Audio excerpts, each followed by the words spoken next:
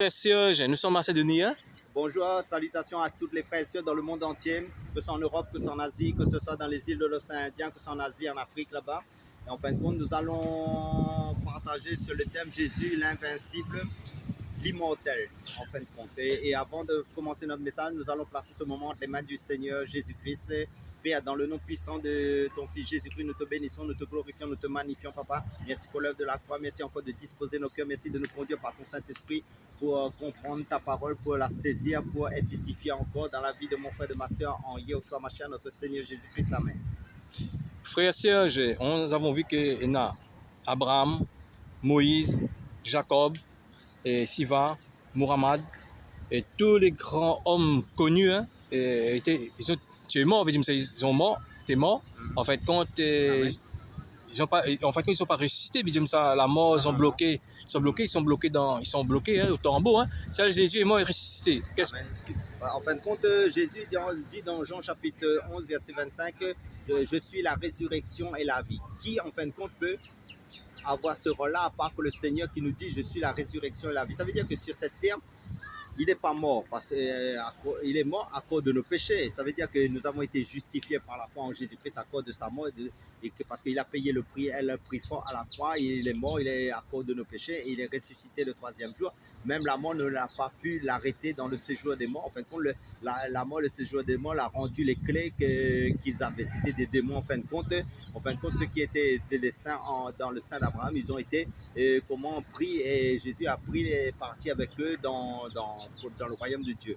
Ça veut dire que mais ceux qui étaient les méchants, ils sont toujours restés dans le séjour des morts qui est égal à l'enfer, en fin de compte, et ils sont toujours là-bas jusqu'au jugement dernier, et après ils vont être jetés dans le lac de feu à la fin si leurs noms ne sont pas inscrits dans le livre de vie, tous ceux qui ne seront pas inscrits dans le livre de vie. Donc Jésus, en fin de compte, lui, il a bien dit dans la parole de Dieu, j'ai le pouvoir de donner ma vie et j'ai le pouvoir de reprendre ma vie. Ça veut dire que personne ne peut l'ôter sa vie, et lui-même s'est donné volontairement par amour et pour l'humanité, parce qu'il est venu faire la volonté du Père, parce qu'il nous est dit dans Jean chapitre 3 verset 5 que tous les chrétiens savent, je pense sur le bout du doigt par cœur en tant que lecteur de la Bible, car Dieu a tant aimé le monde qu'il a donné son Fils unique Jésus-Christ, afin que quiconque croit en lui ne périsse point, mais qu'il ait la vie éternelle. Frère et sœur, lorsque Jésus est ressuscité, en fait, il y avait la possibilité de tuer vengeance, veut dire aller voir les pharisiens et de les tuer. Parce que là, lorsque Jésus est ressuscité, il est immortel, veut dire invincible. Qui peut tuer Jésus, parce qu'il est mort et ressuscité. Aucun bombe atomique, aucun bombe nucléaire qui possède la Russie ne peut vaincre Jésus. Oui, parce qu'en fin de compte, Jésus, c'est la parole de Dieu carrément. Parce que dans Jean chapitre 1, il nous est dit au commencement était la parole, et la parole était avec Dieu, et la parole était Dieu, elle était au commencement avec Dieu. Parce que Jean, Apocalypse chapitre 19, verset 3, il nous dit que son nom est la parole de Dieu, et là, il nous dit les différentes fonctions de Jésus-Christ, les différents aspects. Donc, il est la sagesse infiniment variée de Dieu, et nous prêchons que Jésus-Christ sur cette chaîne, parce que c'est lui, en fin de compte, qui est l'immortel, qui est la résurrection, qui est la vie. Il est ressuscité, la mort ne l'a pas pu arrêter, et en fin de compte, il est à la fois le grand sacrificateur selon l'ordre de Melchisédek. Il intercède dans le ciel pour nous, il est notre avocat, et il dit du grand sacrificateur selon l'ordre de Melchisédek, il n'a ni commencement de vie, ni fin de vie. Donc, le Dieu tout-puissant que les cieux des cieux ne peuvent pas contenir, s'est fait homme, a marché sur cette terre, est venu pour nous sauver en tant qu'homme à la croix. C'est pour ça qu'en fin de compte, Dieu, on ne peut pas, et pourtant il s'est fait serviteur, il s'est fait homme, il est mort en tant qu'homme à la croix pour nos péchés, il est ressuscité, il est Dieu. C'est ça qu'il faut comprendre. Quand Jésus est ressuscité, en fait, quand il est ressuscité encore glorieux, veut dire tous les chrétiens, l'enlèvement d'église, ce corps sera encore glorieux comme Jésus. Identique à celui de Jésus. Parce qu'en fin de compte, ce corps, là où la pesanteur ne peut pas tenir, ça veut dire que c'est un corps en fin de compte qui se déplace dans les airs, qui passe à travers la matière, tout ça, parce que Jésus, vous vous rappelez, quand il était le jour où Thomas n'était pas là, Jésus est apparu aux disciples, mais pourtant les portes étaient fermées, tout était barricadé. Il se présente au centre, au milieu d'eux. Jésus dit, en fait, quand il est venu les rassurer, comme quoi il est ressuscité, ils ont vu la résurrection du Seigneur Jésus-Christ. Il dit, il y a des témoins oculaires qui l'ont vu, plus de 500 frères, et qui a témoigné de cela aussi. Donc, ça veut dire quoi? Ça veut dire que Jésus est la résurrection et la vie, l'immortel, l'invincible. Ça veut dire c'est la parole, parce que la parole de Dieu nous dit aussi, Jésus qui est la parole de Dieu dit toute chose va passer, mais la parole de Dieu demeure éternellement, parce que nous avons été régénérés aussi par cette parole qui est incorruptible, qui est éternelle, qui est Dieu lui-même, parce que Dieu s'est révélé et Dieu c'est la parole lui-même. En fait, c'est sa volonté, en fait, qui est Jésus-Christ, qui est Yeshua Mashiach. Parce qu'il dit aussi, ça regarde un corps à Nishia, Amen. C'est un esprit, hein, ça. Amen. Parce qu'en fin de compte, Dieu est esprit. La parole de Dieu est esprit et vie. Donc, ça veut dire qu'avec Dieu, tout est spirituel avant tout. Parce que le monde visible a été créé à partir du monde invisible, qui est le monde spirituel. Ça veut dire que c'est le monde spirituel qui gère tout. Et vous savez, les sorciers le savent très bien. Ils opèrent dans le monde spirituel satanique pour amener les choses mauvaises sur la terre aussi. Ça veut dire pour amener le mal, les mauvaises pensées dans les cœurs des hommes en fin de compte. Parce que le côté spirituel, on ne le voit pas. C'est la pensée, c'est intérieur en fin de compte. Mais le côté visible, la matière en fin de compte, ça se voit et ça se manifeste dans le naturel. Parce que je me souviens plus ce verset dans le livre de Luc, je pense, hein, ça, qu'on a Nishia, Nico, et vous dites ça, en fait, quand Jésus, en fin de compte, avec son corps glorieux, peut passer à travers d'un mur, hein, et qui peut arrêter Jésus dans son époque, hein, personne ne peut arrêter Jésus, hein. Non. Vous dites sa mort était programmée, mon frère Serge, parce que sa mort n'était pas... Parce qu'il dit que Jésus a reçu tout pouvoir dans les cieux, sur la terre et sous la terre.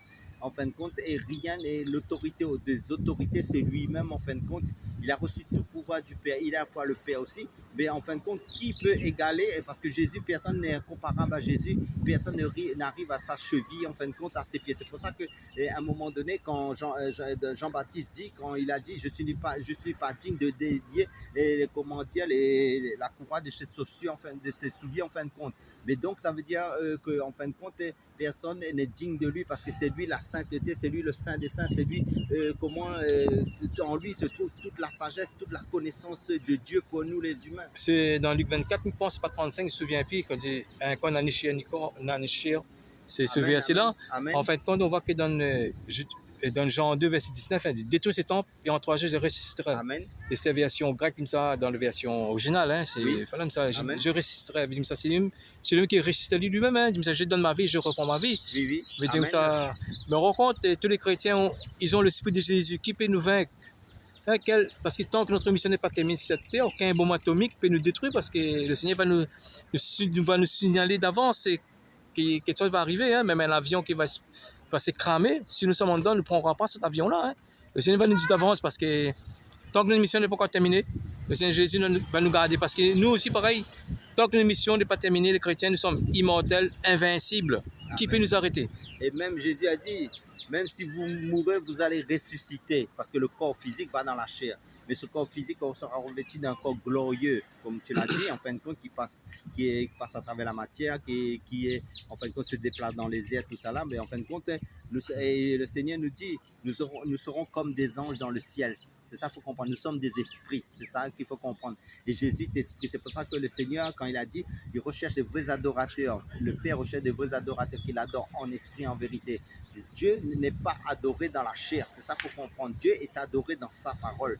C'est Dieu parce que le Seigneur nous dit aussi, celui qui a mes commandements et qui les garde. Et en fin de compte, c'est celui qui m'aime. Ça veut dire que si nous vivons la parole de Dieu, nous avons la parole de Dieu, sa volonté en nous, qui est sa parole de vérité. En fin de compte, nous sommes des esprits dans un corps de chair. Mais le corps de chair va, à la fin, lui, il va retourner à la poussière. Mais nous aurons ce corps céleste. C'est ça qu'il faut comprendre, ce corps du ciel qui se déplace dans les airs. Nous serons comme des anges. C'est pour ça que le Seigneur, il dit qu'il y aura un nif.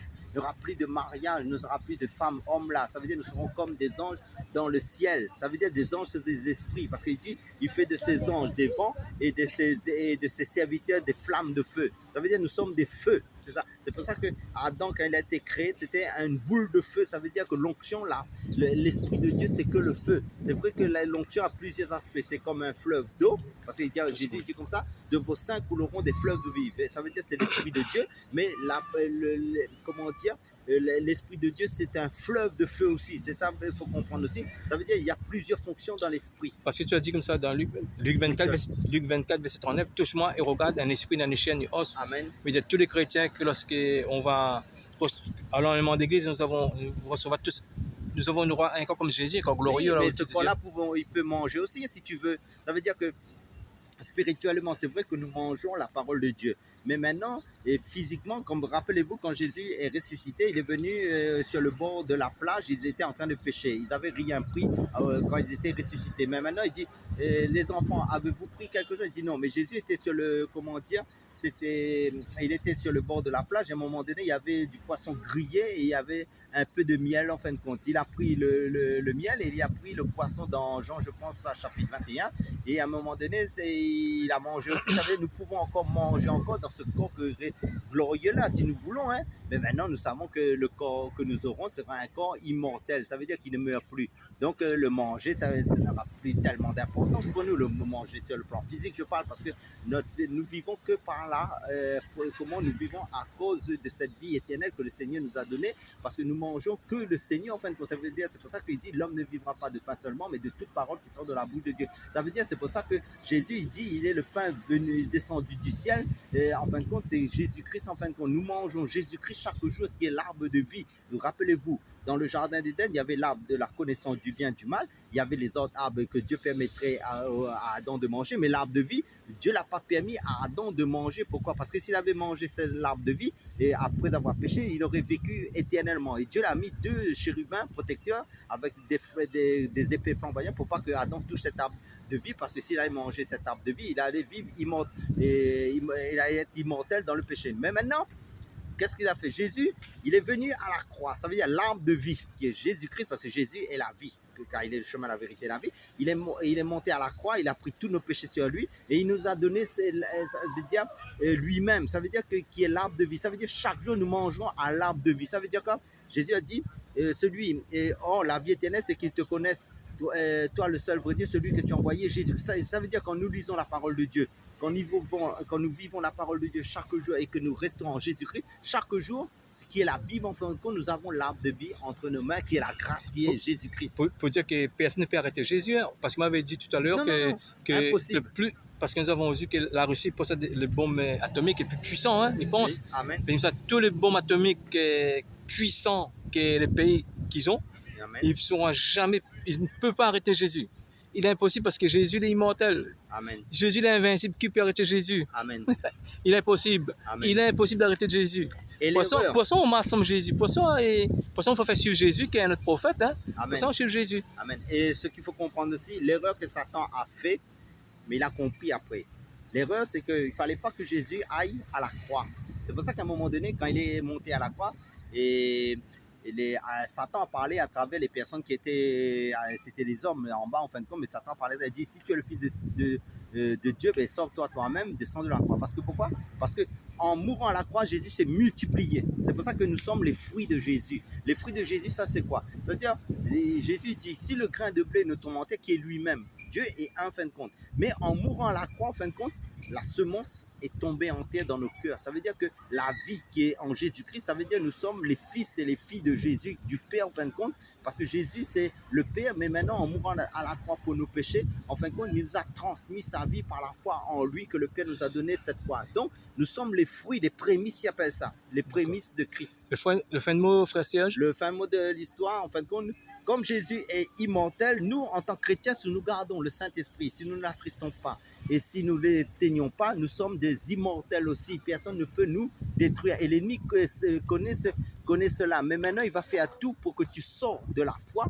en te distrayant par des distractions, par des enfantillages tout autour de toi, pour que toi, tu changes de chemin et pour que tu tombes, parce que lui, il est déjà jugé. Mais nous, en tant que chrétiens, nous devons persévérer en Jésus-Christ, demeurer dans la foi et garder son esprit, entretenir son esprit en le nourrissant par la parole de Dieu, par la prière, par l'adoration, en vivant la parole de Dieu, de persévérer jusqu'à la fin par sa grâce. Amen, alléluia. Soyez tous bénis.